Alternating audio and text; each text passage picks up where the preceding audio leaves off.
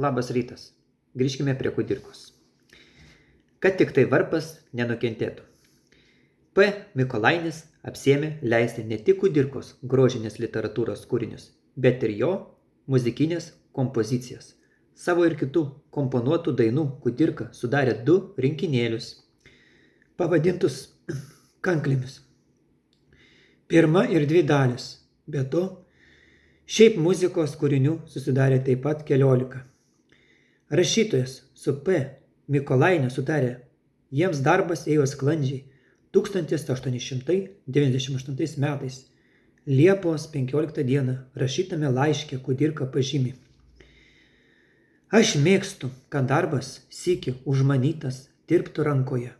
Rodosi man, kad ir tamista, tai mėgsti. Taigi, ką tik norėsi? Spaudinti iš mano darbų, tai tik parašyk skyrium spaustuviai ir duok žinią man, o bus atlikta kaip reikiant. Pasarga, jeigu žinai mano materiališką padėjimą, tai nesistebėsi. Ką toliau išgirsi? Malonėčiau, kad už 2 dalį kanklių man šiek tiek primokėtum, nesakau kiek pas tamistą, turėdamas rankoje mano darbą ir pagal ištesėjimą apspręsi, kiek galėtum primokėti. Žinok iš aukšto, kad dėl tos priežasties tarp mūdviejų ginčas nepakils ir nepasirodys rūgojimas arba pretenzija iš mano pusės, kiek bus galima, tiek bus gana, o jeigu ir nieko negalėtum apsirokavęs primokėti, tai ir taip bus gerai. 33p 103. Iš tikrųjų, kudirka dirbo ne dėl pinigų, jam rūpėjo, kad tik kol gyvas galėtų pamatyti savo darbus įspausdintus. Tame pačiame laiške apie savo sveikatą rašo. Rudenį, žiemą ir pavasarį išgulėjau lovoje. Dabar vaikštinėju, bet tik tai po kambarį.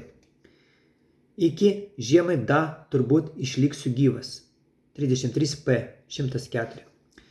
Serganti kudirka daugiausia šelpė Žiburėlio draugiją, kuris siuntinėjo po tam tikrą sumą.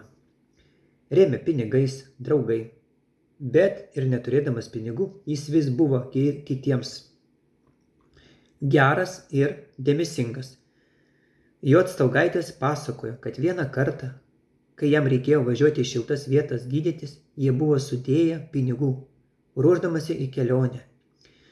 Kudirka pirkinėjo visokius daiktus, o daugiausia dovanų Valerijai ir jos dukreliai. Pagaliau pasijuto vėl be pinigų, vėl draugams reikėjo suktis. Iš asmeniško kudirkos gyvenimo naumiestyje pastaraisiais metais šiek tiek faktų pateikė Petronė Kruzaitienė ir jos duktė Marė Sidarevičienė, kurios atsiminimus užrašė sūnus Juozas Sidaravičius ir slapyvardžiu Sidio paskelbė. 1933 metais dienoje antraštė Valerija pasakoja apie V. Kudirkos paskutinės dienas. Daktaras Kudirka, pas gražiausias mano jaunystės dienų atsiminimas, pasakoja M.K. Sidaravičienė. Buvau tada 15 metų, kai mano motina P. Kruzaitienė daktarui šeimininkavo. Gyvename kurį laiką bendrame būte, todėl tekdavo ir man kuo niekuo daktarui pasitarnauti. Paskutinis daktaro gyvenimo metais visa jo korespondencija pereidavo mano vardu, kurią iš pašto jam pristatydavau. Daktaras neliko man skolingas, kartą jis pastebėjo, tada jau gulėjo ligos apimtas, kad mano maldaknygė sudėvėta. Tuoj liepė Valerijai Krašauskienei nupirkti naują lietuvišką, kurią man nuo savęs padovanojo. Buvo taktiškas ir teisingas PVZ, kai jis, pavaduodamas vietinį daktarą X, priminėdavo jo kabinete pacientus, ten pat palikdavo ir gautus iš jų pinigus. Kiti daktarai taip nė karto nepadarė. Arba tarnaitį, nors už menką patarnavimą, kiti išmesdavo 5 ar 10 kapeikų. Tai Kudirka bent pusę rublio, tai tik smulkmenos. Bet jos veikia apitamsius paprūsės Miešiuko piliečius. Tiek, kad visi daktarą Kudirką daugiau nei kurį kitą gerbė. Gerbė, nežiūrint to, kad jis buvo apšauktas bedievių ir neištikimų carui. Ir pati gražiausia jo būdo ypatybė aukšta tolerancija, išdidumas. Bet ne pasipūtimas patraukdavo į jį kiekvieną. Nors jis nebuvo pasipūtėlis, tačiau atrodė aritokratiškiausių iš visų man žinomų jo kolegų. Valerijos ir daktaro santykiai buvo nuoširdūs. Daktaras gyvenimą baigė neturtę. Valerija juo vergiškai užmiršdama save rūpinosi, tačiau ir ji be išteklių gyveno, nors ir turėjo krautuvėlę.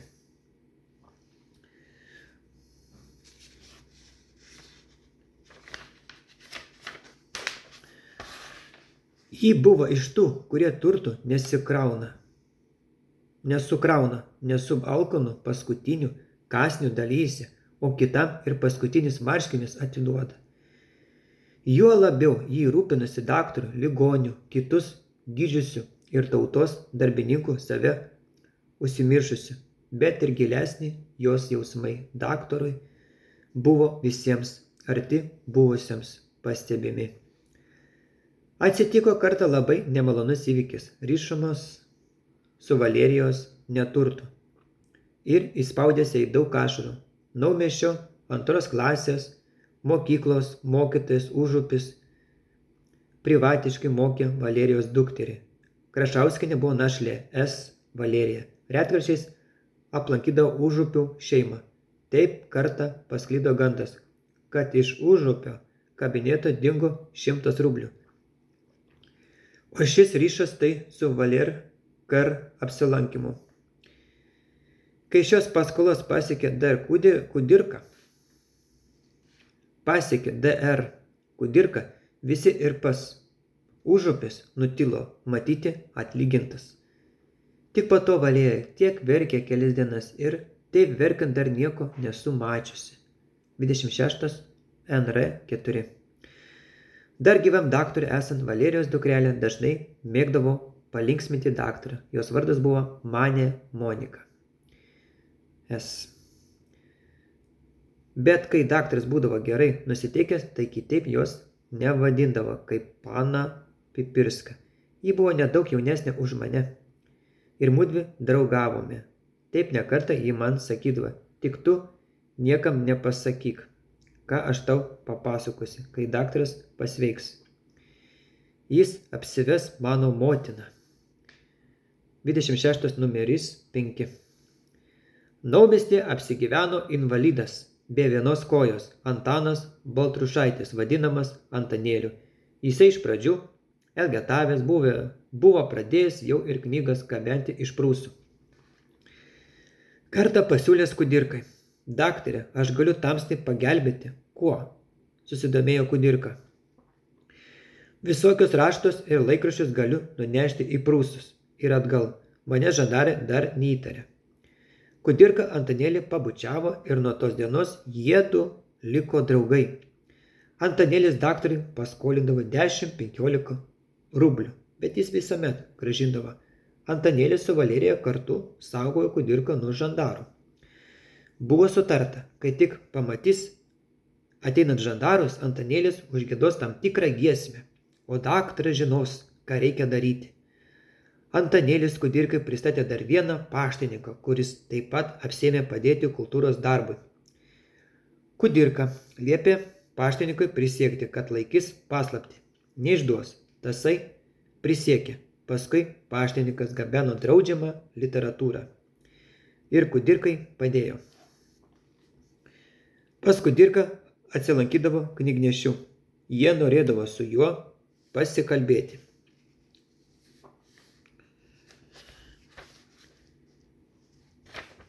Ir sienos girdi, sakydavo Kudirka, bet čia nieko nėra. Taip, nėra. O kai kas prispirs ir ims klausinėti, ko buvai pas daktarą, ką atsakysi. Tai pirmiausia, aš tau patikrinsiu. Sveikatą. Ar rūgšties nemėgsti? Taip, nemėgstu. O degtinės? Taip, nemėgstu. O alaus? Nemėgstu. O moterų? Gerai. Abudu juokiasi daktaras ir pacientas. Kudirka parašo receptėlį ir po to kalbasi bet kokia tema. Mat, tai jis darydavo dėl atsargumo, kad nelaimės atveju žmogus galėtų įsisukti, nes pas daktarą kiekvienas gali sakyti lankęsis medicininės pagalbos reikalu. Bet kaip reikėtų tai įrodyti? Tai Kudirka ir numatė. Jie kiekvienam duodavo patarimų, kaip turėtų reikalų esant teisintis, kad patsai įsisuktų ir kito neįklampintų. 1898 metais suėjo 10 metų, kai pradėjo eiti varpas. Kudirka norėjo tą jubiliejų paminėti ir iš anksto kreipėsi į bendradarbius, kad parašytų šitą jubiliejiniam numeriui. Buvo ketinta net atskirą knygutę išleisti, bet praėjo laikas ir mažai kas atsiliepė. Dėl to labai supyko ant Lietuvos inteligentų, vadino juos atšalėliais ir mandarinais, pasipūtėliais. Kudirka smerkė tuos tautiečius, kurie dėl trūpinio, aukso, gardaus valgio šaukšto, dėl geresnių tarnybų ir patogesnio gyvenimo sąlygų įsineždino į tolimuosius Rusijos plotus ir užmiršo gimtinę, o kiti neva užsilikė, tapo tokiais minkštaduoniais, jog nuo tėvynės balsų slepiasi po pačios sijonų arba vinto triukšme apsimeta negirdi. Renegatiškas užsikreipimas inteligentų aišku pakirto varpui sparnus ir tobulinimą. Jo sutrukdė. Tokiame stovė rado varpą dešimtmetinės sukaktuvės, rašo Kudirka. Paskutinėme 1898 metų žurnalo numeryje straipsnėje gale pirmojo dešimtmečio. Spėjo išleisti sukaktuvinį varpą numerį. Prireikė parengti pirmąjį 1899 metų numerį. Pritruko medžiagos. Prašyti nebuvo ką. Tad Kudirka ryžosi prirašyti vienas, turėdamas 40 laipsnių temperatūros, visas drebėdamas ir taip karščio deginamas, kad vos galėjo rankose plunksną išlaikyti. Rašė.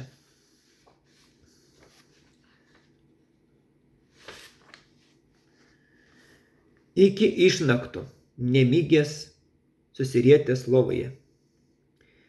Taip dirbo Kudirka ištisas 6 valandas, nors akise darėsi tamsu, plunksna krito iš rankų, kūnas alpo. Redaktorius, kaip sakoma, pergalėjo prigimimą. Ir kas reikėjo, padarė, jis vertė A. Mickevičiaus vėlinės. Prie vėlinių pirmame 1899 metų varpo numeryje randame naują Kudirkos slapyvardį – varpas.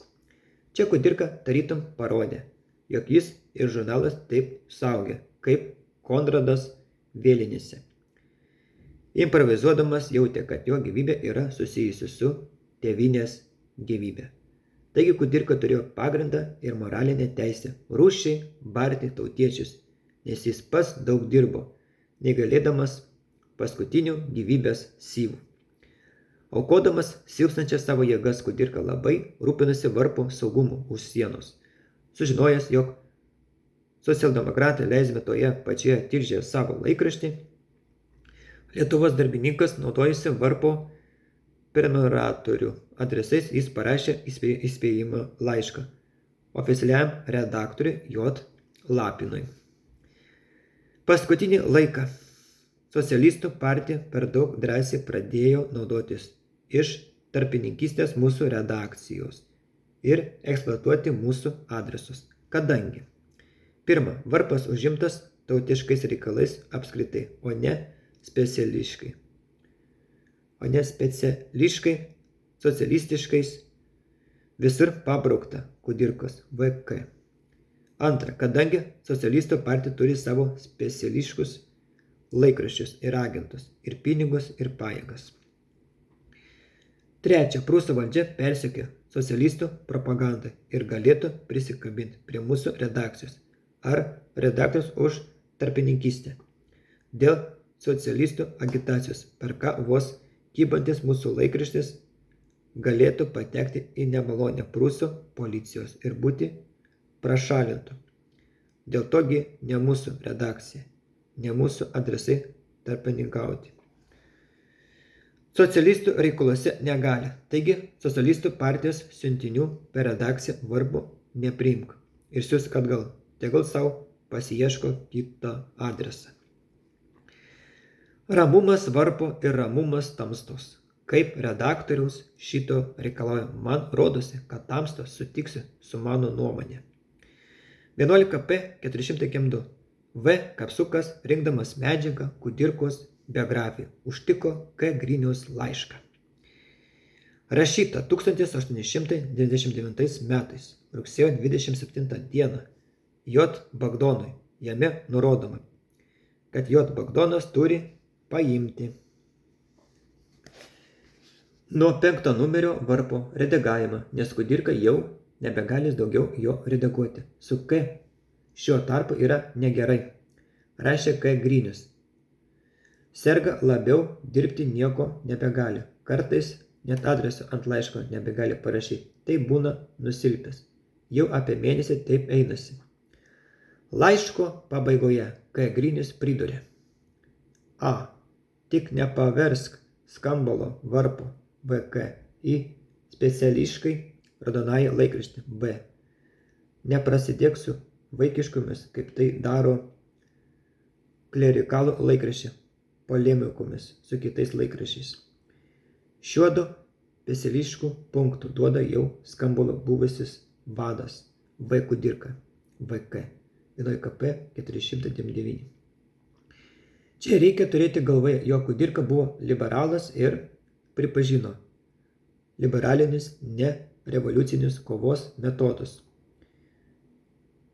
19 amžiaus ir jo gyvenimo pabaigoje jau buvo išryškėjusios 3 pagrindinės lietuvių visuomenės srovės – liberalai, klerikalai ir socialdemokratai. Kudirka buvo pripažintas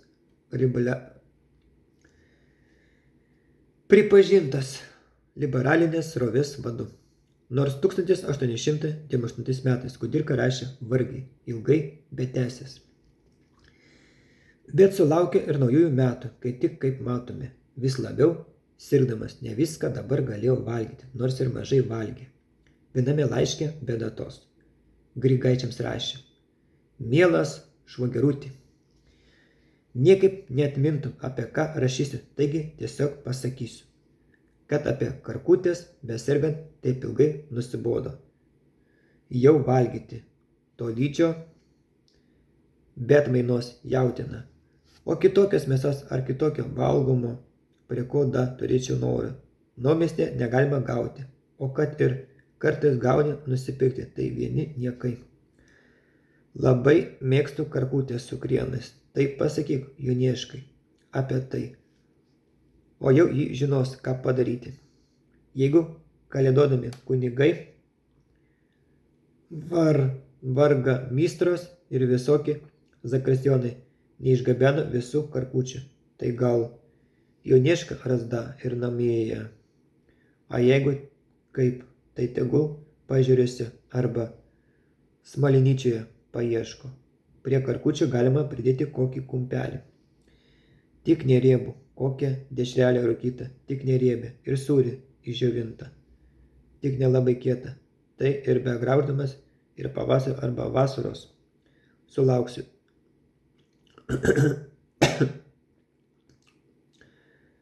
O šiaip jau valgo tik vienus, beveik kopūstus.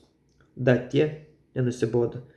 Nuo pradžios rudens neapleidžiu stubos, o beveik ir lovas. Žinoma, šalta ir pavaikščioti negaliu, da vasara šilta diena. Tai ir paeiti paeinu, niekur negalėdamas išeiti su nieku, nesimatydamas, nežinau, kas ant svieto dedasi, kas girdėti apie mūsų kraštą, kaip einasi Katriai Akelienė su jos vyru ir taip toliau. Būtų labai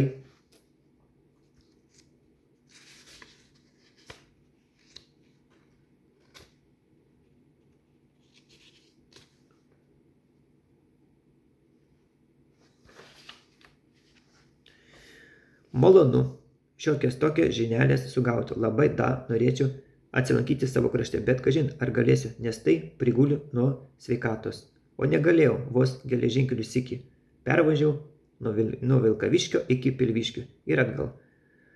O kitassyk arklis nuo Naumiesčio į Vilkaviškį, bet taip nuilsau, kad toliau keliauti nebuvo ką, nestengtis. Likite sveiki ir rinkitės karkutės. Jūsų Vincas 33P34. Kai Grinis savo atsiminimuose pažymė, jog 1898 metais Kudirka iš Naumiesčio nuvykęs į pažiūras aplankyti sergančio tėvo. Bet atrodo, jog to nuvykimo buvo kita priežastis. Sirgdamas silpnai, jausdamasis, tėvas būtinai reikalavo, kad Vincas atvyktų pas Vilkaviškio notarą, padėti sutvarkyti jo testamento, turto paskirstymo reikalus. Aprūpinti vaikus buvo tėvo Matėjaus tikra idėja fiksa. Privarė jį lygi neurastenijos, rašo jo Tumas, lygių lygiai. Visiems buvo lygiai. Visiems savo vaikams jis skyrė po 1000 rublių, tik pačiai jaunesniai dukteriai užrašė 1200 r. Vincui sakęs išleidęs 2000 r. Tuo būdu Dygoj nepatenkintas viena, kad veltui Vinco nepasiekė padaryti kunigu. Antra, nepatogu, kad kitiems vaikams jau nebetęsi tiek pat paskirti. Tai vis dėlto bėdojo ir ėmė reikalauti Vinco pas rejantą, kad bent pasirašytų daugiau nieko iš namų nebeimsis ir pakvituotų tėvą gavęs iš jo 2000 r. Vincas skundėsi. Aš mirštu, o mane iš lovos velka pasirašyti, juk aš vis tiek nebeimsiu dalies. Vis dėlto atvyko į Vilkaviškį labai miglotą drėgną dieną. Norėjo ir Grigaičius aplankyti tuo pat žygiu. Už 4 kilometrų, bet pavažiavęs pusę kilometrų liepė vežti atgal į Drabagdoną. Nebegalėjo pakelti drėgno oro. 33P15. Kitų 1899 metų kovo mėnuo Kudirkų šeimai buvo iš tikrųjų tragiškas. Pirmiausia mirė džiovininkė sesuo Ona, į kelintą dieną Jonieška Kudirkienė Vinco pamatė, tad jisai įrašė Svainiui Grigaičiui. 7 kovo 1899 metais. Mielas švageriuk, būčiau anksčiau atsakęs, bet neįstengiau, nes buvau lik smarkiau susirgęs ir neturiu nė noro, nė išgalėjimo rašyti. Tikrai šimet pažiūrius giltinę tyčia pamėgo ir paėmė aukas. Ne tik laukiamas, bet ir visai netikėtas, kad pasimirė Ona. Tai visi matėme, kad serga, aš pasakiau, kad neilgas jos amžius. Apsipratome su tuo, kad neužilgo mirs ir gailestis jau negalėjo būti taip didelis. Bet nelaukima mirtis mamos nukrito netikėtai, kaip perkūnas būdamas pažiūrėse per Mykolines. Mačiau juk, kad mama neperdrauta, nuilsusi, nusidirbusi jau, bet ne į galvą negalėjo man ateiti, kad aš ją pergyvesiu, kad atsisveikinu su ją paskutinį kartą. Gaila mamos buvo man, kaip tik galiu atminti, visada gera, visada man prielanki.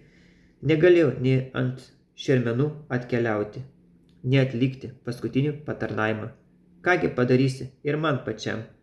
Neužilgo prireiks paskutinio patarnavimo. Tikrai jau aš dabar iš giminės artimesnės, pirmiausias, lysiu į žemę.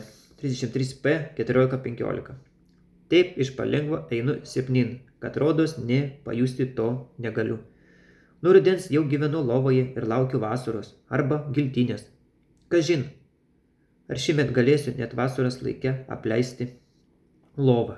Taip mažai turiu pajėgų, o juk iki vasarai dar labiau jos gali sudilti.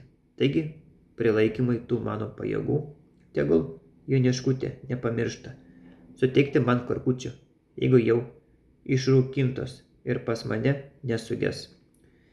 Tai tegul tuoj siunčia, aš laukiu ir jau tarkuoju krienus. Geriausia būtų įduoti, kam kas važiuoja į naumestį. O negalint taip per paštorių, pridedant sykių ir laiškelį, kuriame būtų pažymima, kas į pundelį buvo įdėta. Šiuo žygiu pasilikite sveiki visi. Vincas. PS paštoriui reikia gerai paaiškinti, kam įduotas siuntinys, kad mane rastų ir pasakyti, kad už atvežimą siuntinio aš užmokėsiu pats, turėdamas prie siuntinio laišką su mano adresu. Da lengviau galės mane atrasti ant galo, žino mane paštoriai.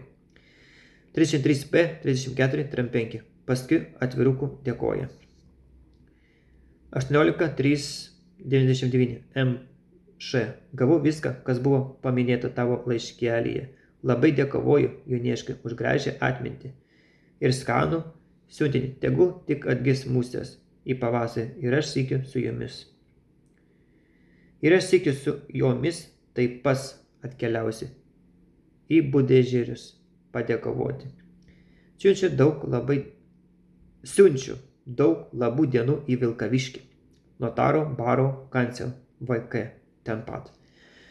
Sesuo Jonieška prirankiusi karkų iš tėvo ir giminių vežiojo ligonį, prisigęs jų.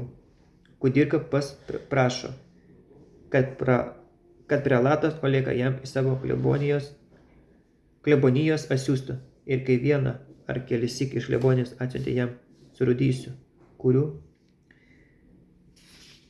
negalėjo valgyti. Tai nervinasi ir pyko, sakydamas, regi, kokie kunigai tyčia netinkamus siunčia. Sesuo Jonieška teisina kunigus, kuo čia jie kalti. Kaltos gaspadinės, jos negerų karkų įdeda. Tais pačiais metais mirė tėvas, kai sesuo Jonieška apie tai pranešė, įsakė, jau žinos. Iš kur? Štai mano draugas laikrodis pasakė tą valandą. 5 minutėms sustojo. Sesuo nustebo, iš kur Vincas visą žino, nes apie tėvo mirtį jam nebuvo duota žinia.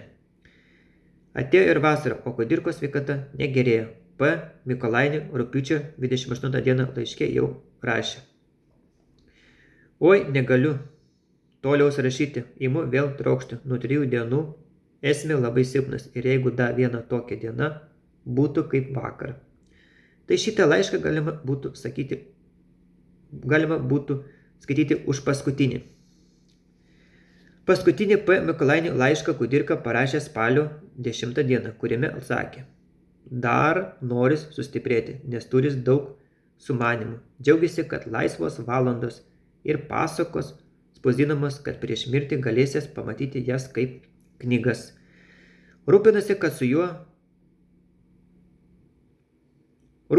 kad su juoda žemė galėtų susidoroti. Turbūt da suspėsiu, norint giltinę gana arti suka aplinkui mane. 33P 117. Ruduo Kudirka visiškai priblaškė. Valerija nuo vasaros turėjo likviduoti savo krautuvę ir įsikelti gyventi į Šakius.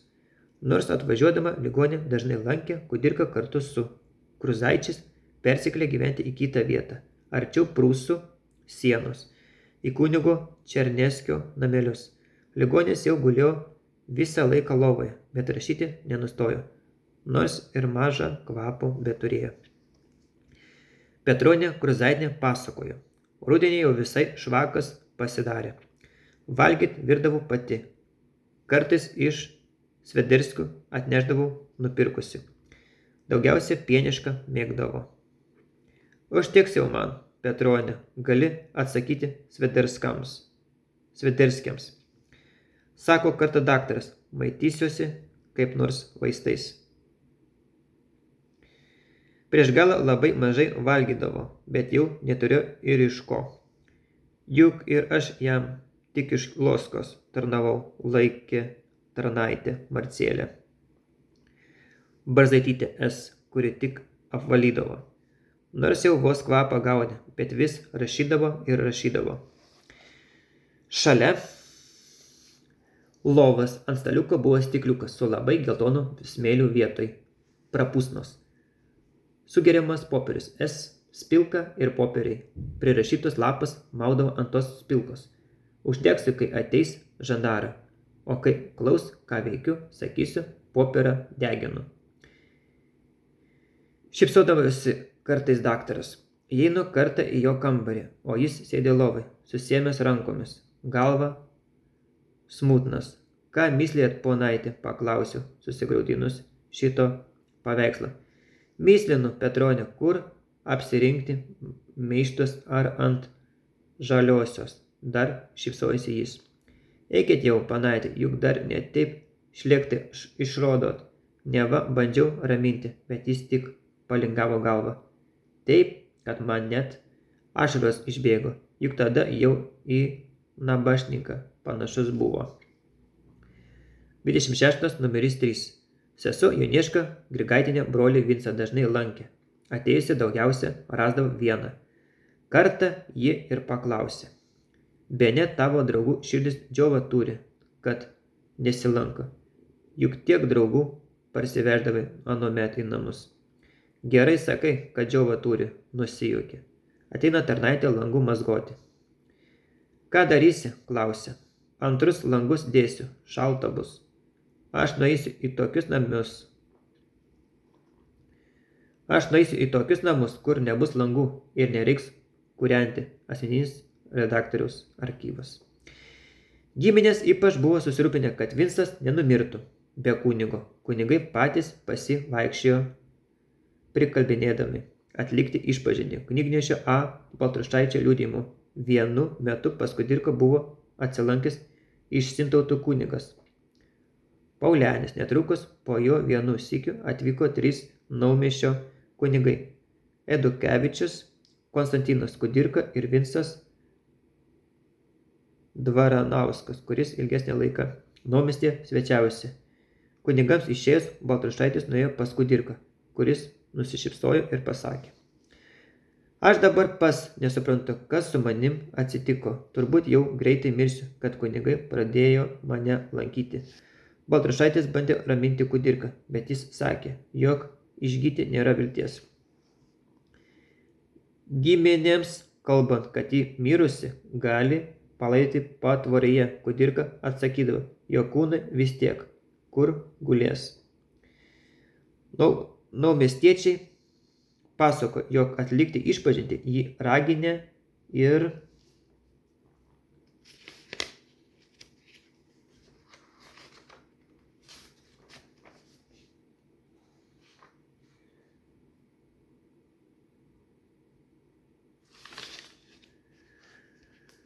kiti, taip pat motyvuodami, jog teksė laidoti patvoryje.